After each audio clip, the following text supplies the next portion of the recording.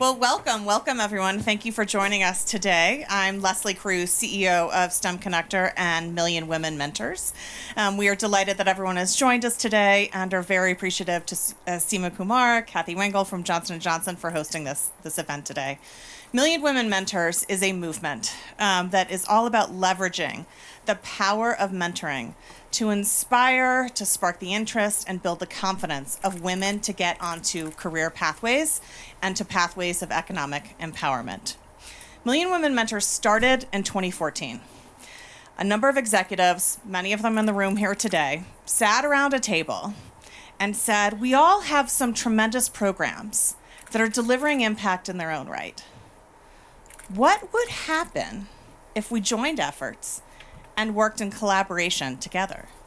And it was in that conversation in 2014 that Million Women Mentors was born and set out a lofty goal that in 5 years, we wanted over 1 million mentoring relationships completed in the US. 0 to 1 million in 5 years. And what happened when you saw collaborations across boardrooms, across classrooms, across communities, is that in 5 years, not only did we hit 1 million mentoring relationships completed, we hit 1.7 million. 1.7 women will look back and point to their mentor as a key influence that helped them get onto career pathways and change the course of their overall direction. Now, we're excited to have everyone here today as we are looking to launch Million Women Mentors in India in 2020. We have a number of panelists here today that I am personally excited to hear from to understand why mentoring. Why is mentoring an important lever? Why India? Why now? And I want to learn from them in terms of a number of the programs that are on the ground that are creating impact that a lot of us can learn from, and we can create a halo effect and inspire other people to join in this effort. So with that, I will hand it over to Seema Kumar. Thank you, Leslie. And I'm Seema Kumar from Johnson & Johnson, and it is a pleasure to welcome you all to our CoLaboratory space. We call it the CoLaboratory because everything that we do is in collaboration, and because no institution can do it alone. So welcome. And this is really a pleasure to be here and launching the India Million Women's Mentors Initiative from here, from Johnson & Johnson.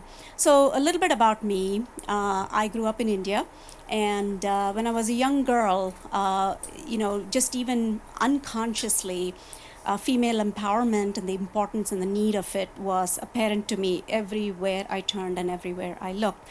My father was a big inspiration for me, and so was my mother. My father was a scientist, a physicist, and my mother a great storyteller and in the arts. And so my father always inculcated in me this importance of science and technology. And he said that is how India is going to become, a country, a developed country, number one. But number two, as a woman, that is how women are going to actually lift their particular lot in life.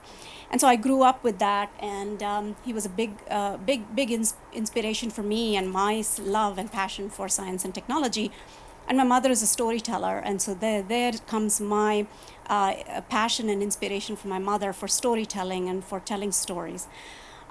So here at Johnson & Johnson, in this role, I am involved in both science and technology and storytelling in my role. So, and Johnson & Johnson's value systems are really completely aligned with mine. So I've found my home and I've found my brand. As you can see, I'm always on brand.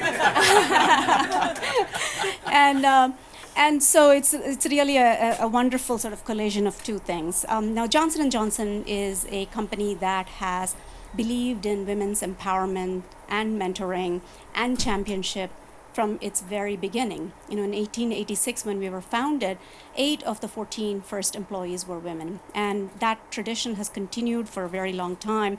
And we have one of the largest women's leadership initiatives here in Johnson & Johnson, within Johnson & Johnson. And within Johnson & Johnson, also under Kathy's sponsorship, we also have a major initiative, which Kathy will address in her remarks, on women in STEM, not just STEM, STEM 2D, we call it, because it's STEM plus another M for manufacturing and D for design. So it's STEM 2D. So we want women within Johnson & Johnson, first of all, to be inspired, to be mentored, and we want to reach parity in terms of representation, but also levels. But in addition, we do, as I say, everything in partnership. So multiple things that we do as part of our STEM 2D initiative is in partnership from K through 12 levels, from the undergraduate level, from the graduate level, and also at the professional levels. And we've got multiple programs all that we do in partnerships because we believe that we have to start early. In fact, as we know, women and girls, we have to start reaching them from age 5, if not earlier. And boys are a big part of the equations too, so they shouldn't be excluded because we're all part of the ecosystem. And we've got many programs and in this arena. One of the things we do is a graduate fellowship, and that is one of the best, things that we've launched under Kathy's leadership. And then the other one is called a Reignite program, which is, women who have left the workplace, to have a family, and then they're trying to re-enter the workplace, and that can be intimidating for, to come back. And so we've got that program. Now, Million Women Mentors, in addition to in the STEM arena, we participate in a lot of other women's empowerment initiatives, including through partnerships for young girls in Africa, through entrepreneurship, and seeding entrepreneurship and mentoring them in Africa for businesses that they might be launching or new ventures that they might be launching, and also through storytelling, because we want to tell more stories to inspire others to enter into the field, because often we don't want to be hidden figures. We want these hidden figures to actually come alive, be more showcased, and so storytelling is a big part of it. So I'll hand it over to Ashley, and then Kathy will make a few remarks at the end and talk a little bit more about our STEM initiatives. Thank you so much, Seema. And it's such an honor to be here. So I'm Ashley Zofar. I'm also with STEMconnector and Million Women Mentors. And as Leslie mentioned, we are so excited to be launching this effort in India.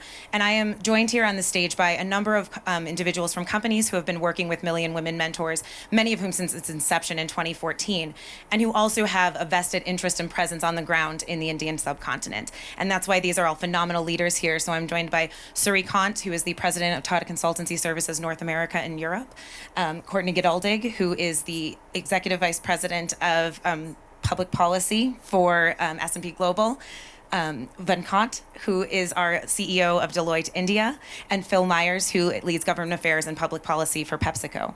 So these are all obviously companies with very different sectors and very different involvement in this work, who are very deep in this. So I'd love to just start this with each of these individuals sharing a little bit about what the work is that's happening on the ground for them in India and why women's economic empowerment is an issue. So Suri, if you could lead us off. Tata Consultancy Service has truly been a founding partner of Million Women Mentors and is doing so much work in India and has been recognized across the globe for your work in diversity and inclusion. Can you speak to some of the work that's happening in India and why this is important? Yeah, so thank you for having me here. Let me first talk a little bit about what we've been doing with Million Women Mentors in the US. So we've been the founding partners along with a number of other like-minded companies and since 2014. So one of the things that we did was to provide a platform, a technology platform, which allows the mentors and mentees to come together, because it's a matchmaking. You have to do it in a way which is safe, which is reliable, and you also have to measure how many interactions are taking place, because if you want to do something seriously, you should be measuring it. So we provided a platform which allows people to come together, allows the actions, the interactions to be recorded, and also allows for the organizations and communities to look at the experiences that each one of them is having, so that you can learn from others' experiences here. So we've been very pleased to be part of that. In TCS alone, out of that 1.7 million that the pledges that were there, we did over 150,000 of those ourselves. So this is a big movement for us. We really believe in this. Why? Because we believe that women are a big part of society, and it is very important that they must play a very equal role. So in TCS worldwide, we have 450,000 people. Out of that, 145,000 are women. We believe that we have one of the largest professional workforce of women in the world. So what the programs that we do in order to make sure that they are inducted well and they are then retained, and then we are able to take advantage of their prowess, is that we have programs like NWIN, which is to bring them into the company and provide them with the kind of resources that they need. There's a program called IXL, which prepares women to prepare for the leadership positions. And then you may have heard that for the last 10 years, TCS has had a BPO and IT center in Saudi Arabia, along with GE and the Republic of Saudi Arabia. So that has been a very powerful catalyst for what has happened, what is happening today in Saudi Arabia, and we've been a part of that. In India, we recognize that there are the need to run programs outside the company. So there are two programs that I like to talk about. One program is adult literacy. Adult literacy program is, that 65% of the women, only that 65% is women is literate. It compares with 80% of men. So what we do is we run adult literacy programs which basically teach people basic skills. But we have examples of a lady, Krishnavati, 32 years old in Uttar Pradesh, who not only learned the basic reading, writing, and arithmetic skills, but also learned entrepreneurial skills through these programs by looking at people who were running their businesses. And today she runs her own little convenience store to supplement her income. So there are a number of things. We believe that, like I said, it's a very important thing, and I welcome the initiative of Million Women Mentors and J&J and like-minded companies who are here. I like to also appeal to other companies and countries to join this movement. Thank you. Thank you so much, Suri. Courtney, S&P Global recently launched a Change Pays initiative, which really heads up why this is not just an altruistic pursuit to get more women into the economy, but why it's actually an economic imperative. Yeah. Can you talk a little bit more about that work specifically? Sure, no problem. You mentioned brand, Seema. I feel very at home because these are our brand colors too. It may not be the same Pantone red, but it is. And I own the brand at the company, so this is great for me. But brand is an important part of what we do. We're a data analytics, research, benchmarking, ratings company, and we really are strongly invested in the brand because what we sell is our name, our integrity, the confidence in that. And when we refreshed our brand purpose, we decided that we wanted to go back to our roots and look at how we started as a company, which was all about providing transparency and information and data to the markets, the capital and the commodities markets. And we decided on the brand purpose to be around accelerating progress in the world. And what we really felt like we had to do on the corporate responsibility side was wrap the brand in something that was meaningful along those lines. And so Change Pays was an initiative that my team came up with, but was really embraced by not only our employees, but when we interview people now, they come in and talk about this, and it really took off. We launched it in the U.S. It's an initiative to leverage our data, our analytics, and our intelligence to bring some new statistics to the debate on women and their participation in the economy and what economic benefits that would create. So we launched a research paper around, it was last year at Davos, actually, we launched it. And we talked about the fact that if we closed the pay gap, that there would be 5.87 trillion more in the global GDP than we have now. And from that just became this organic development of more research, more papers. The most recent one we launched at the IIF in Washington, D.C. in October, and that was research that our data analysts had done around what happens when CEOs and CFOs are women to companies. And overall, we found that women CFOs at companies created $1.87 trillion more in wealth for those companies than those who didn't have somebody in the C-suite. And we do not, pretend to be perfect and have all the answers yet, but we want to elevate the conversation. And it is something we believe strongly in. Our board has 5 women on it. When I started and my CEO took over, we had 1.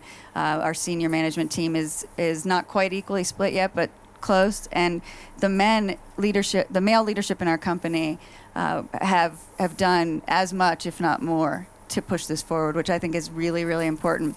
And India is very important to us. We have more employees in India than anywhere else in the world, and they're not just doing processing. Our head of data is based in Hyderabad. We just invested in 2 new buildings for our technology and innovation centers in Gurgaon and Hyderabad.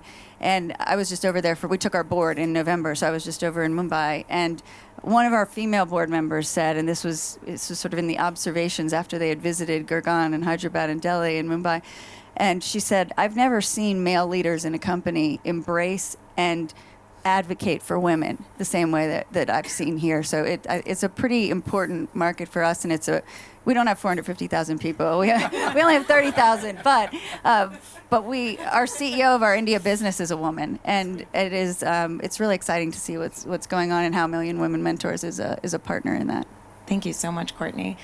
Venkat, Deloitte has a big focus on, world-class initiatives and really connecting global initiatives to local initiatives. And the specific focus in India is actually about women's economic empowerment. Can you share a bit about what Deloitte's doing specifically in India in that regard? Sure, I will. And maybe I can tell you, Seema, that when you said STEM to D, I thought it's STEM to Deloitte, that you'll educate. Sorry.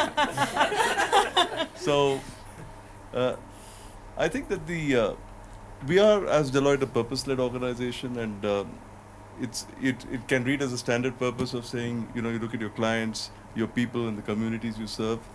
But our global CEO, Puneet, was very touched when he heard the statistics on India around women, and in particular the girl child, as to how many girls actually leave school early and they don't get into a secondary education. And I think that number was a staggering over 20 million or so. So he then decided that when we look in terms of what we give back to society, how could we contribute not just money, but also people's energies towards solving some of this. The average age of our Deloitte population is about 29 years in India, and we're about 44-45% women. And I think this is something that enthused everyone to say that this is a noble cause. I just got a few statistics I would also read out too, so that perhaps it sets a context for some of us.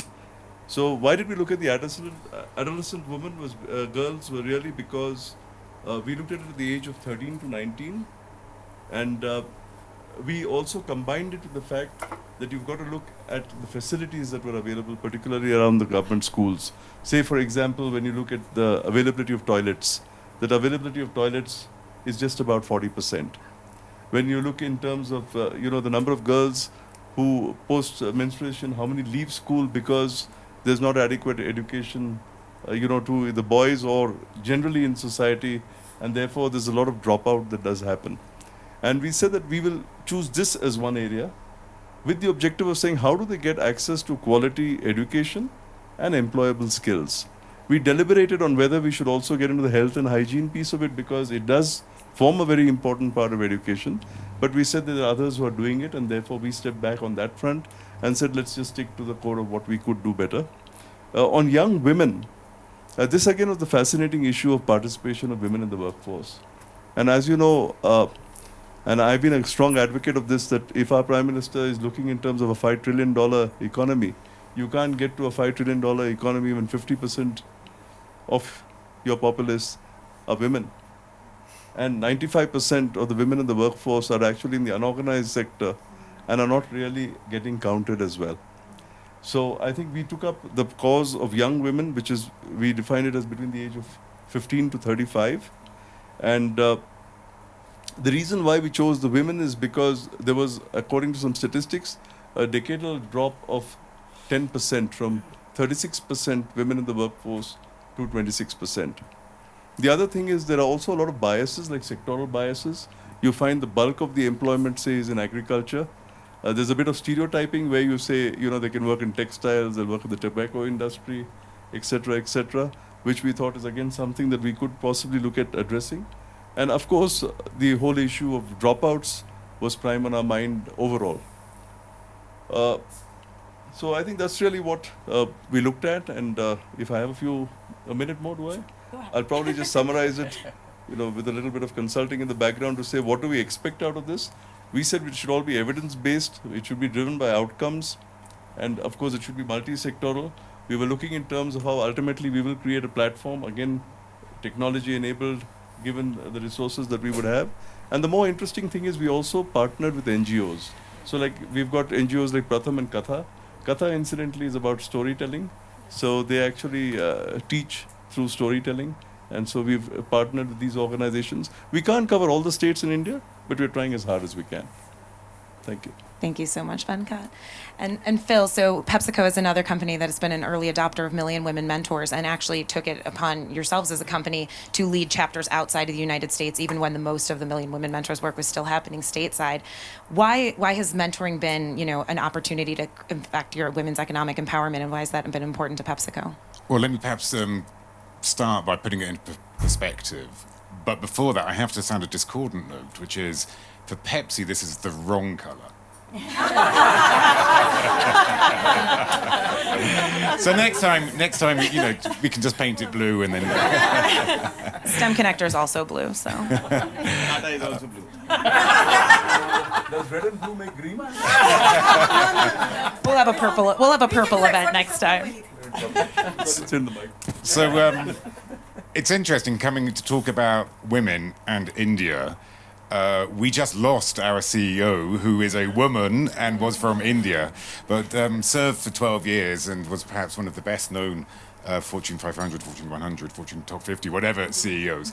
But just because she's gone and has been replaced by a man, not from India, does not mean that neither women nor India are very high up in our list of priorities. And in fact, taking a step back, that's because it's a moral imperative, but it's also a business imperative. It's a moral imperative because clearly we want to do the right thing for society, and to ignore half of society or let them be underrepresented in our workforce or in our society, that's just not right. But there's a business imperative as well. Clearly we have a lot of women in our business, and we want to make sure that they stay, and we want to recruit more women. But it's also a majority in our consumer base, it is a majority of women who buy our products. Even if they're actually buying them for men, they're the ones who make the transaction. So the more we understand our consumers, the better it's going to be for our business. And the way that we look at it is, number one, what can we do for the women in our business? Number two, how can we make sure that women are ready to come and work in our business? Number three, what about those who supply us? How can we ensure that they are well set up for success? And then number four, and this perhaps might be a little bit more on the CSR end of things, we want to make sure that women are entrepreneurial. So we've made a priority of investing in female founders, so women who start their own companies. So apart from that last one, the other three are all very much part of our business approach. It is not CSR. So we have a new CEO, as I said. He hasn't changed the name of the company. Usually they change the name of the company or they move the HQ. He's done neither of that. But he has introduced this new lexicon, which is we're going to be faster, we're going to be stronger, and we're going to be better. The better isn't a bolt-on. The better is actually an enabler to being faster and stronger. And so what we do on women's empowerment really does come under the better pillar, but it is a catalyst for the faster and stronger. So what are the kind of things that we do? So what do we do within our own four walls? First of all, we make sure that women are paid fairly. So in 70 countries, which represent 99% of our workforce, the pay gap between women and men is less than 1%. We also provide facilities for nursing mothers, etc. We provide them with in-house mentoring. I know Million Women's Mentoring is about out-of-house. We also do in-house mentoring. So that is then complemented by various training schemes. Some of them kind of at the entry level, but also some for general managers. We call it GM Aspire. And it's aimed at women because we want to make sure we've got more women role models at the top. And because we can't do training schemes for every single woman, we also have online schemes which we offer to all of our collaborators.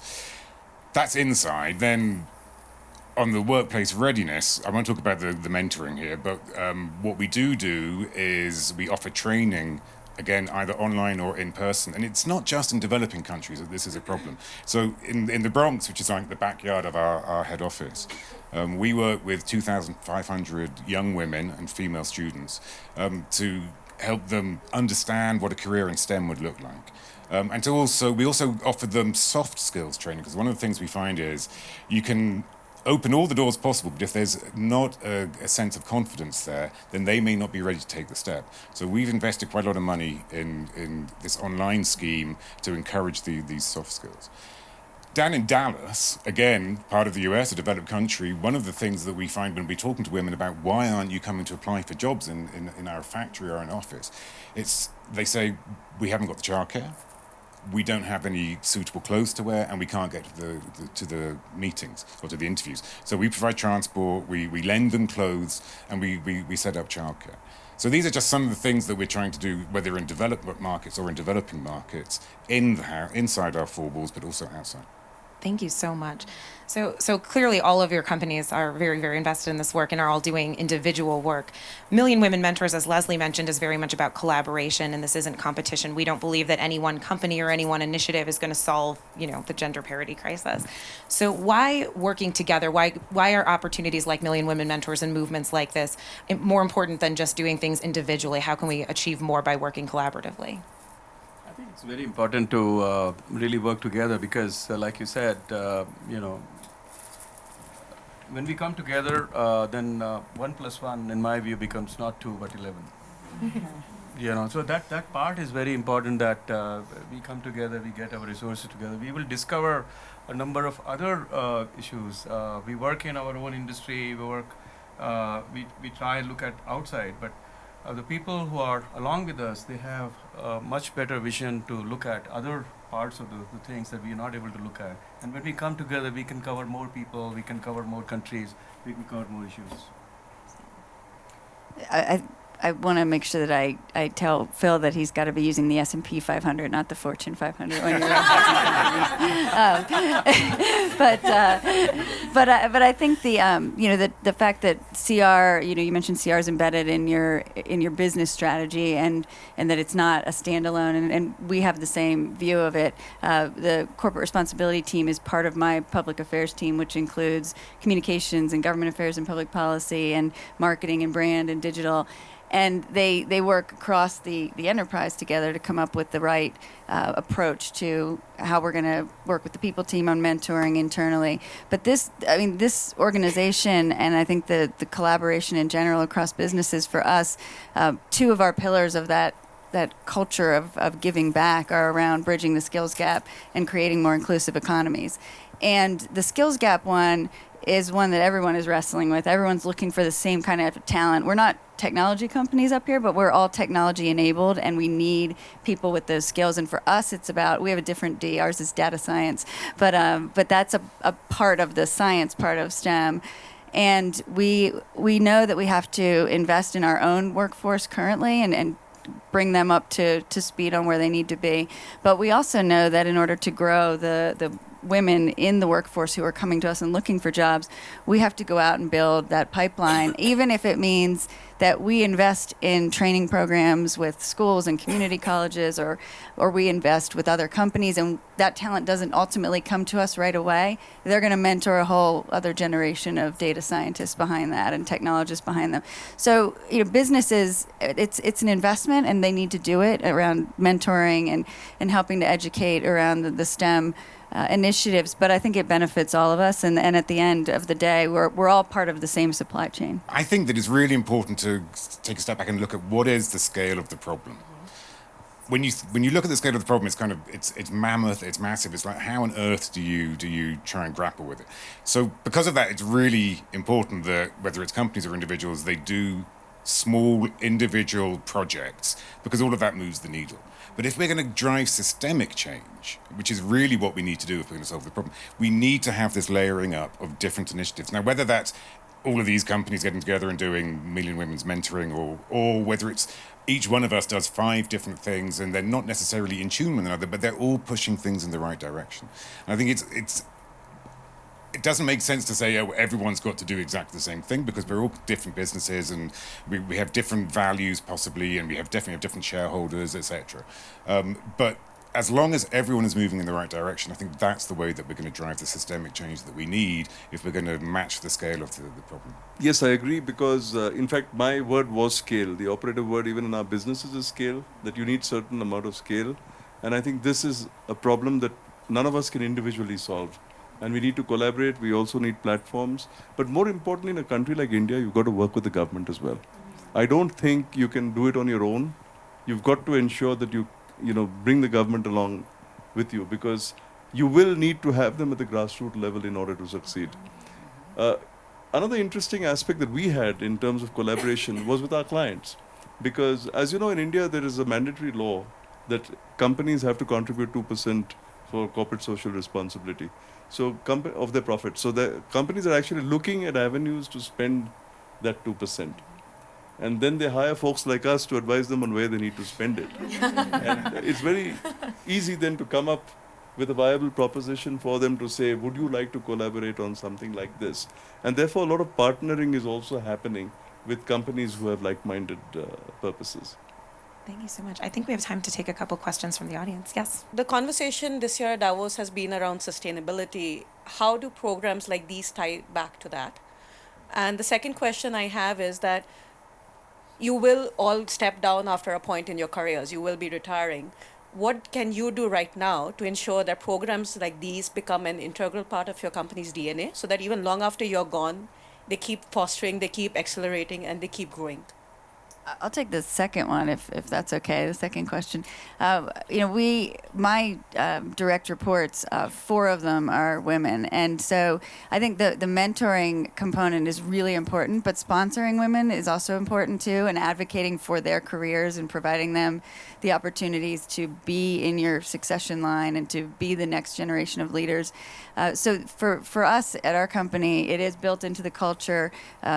Gender diversity, we know, makes boardrooms better, makes management teams better, helps companies perform better. But it's a sort of the way that we live and breathe in the company. I'll tell just one story.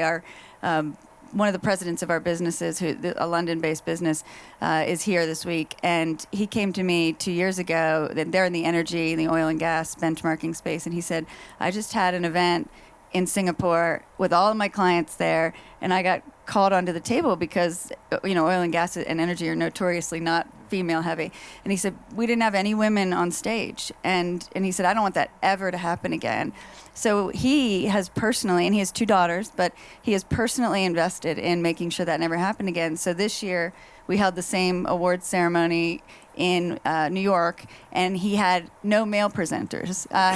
He had all senior executives from our company, all women, presenting all these awards, and we gave out some of the first awards ever in the energy and oil and gas industry to women CEOs, the first woman black CEO who started a company in the energy space. And these women came up and told their stories, and I think it's Phil who made the point, but that they are the role models for the next generation, and they have to see women in these powerful positions to know that they can also do it.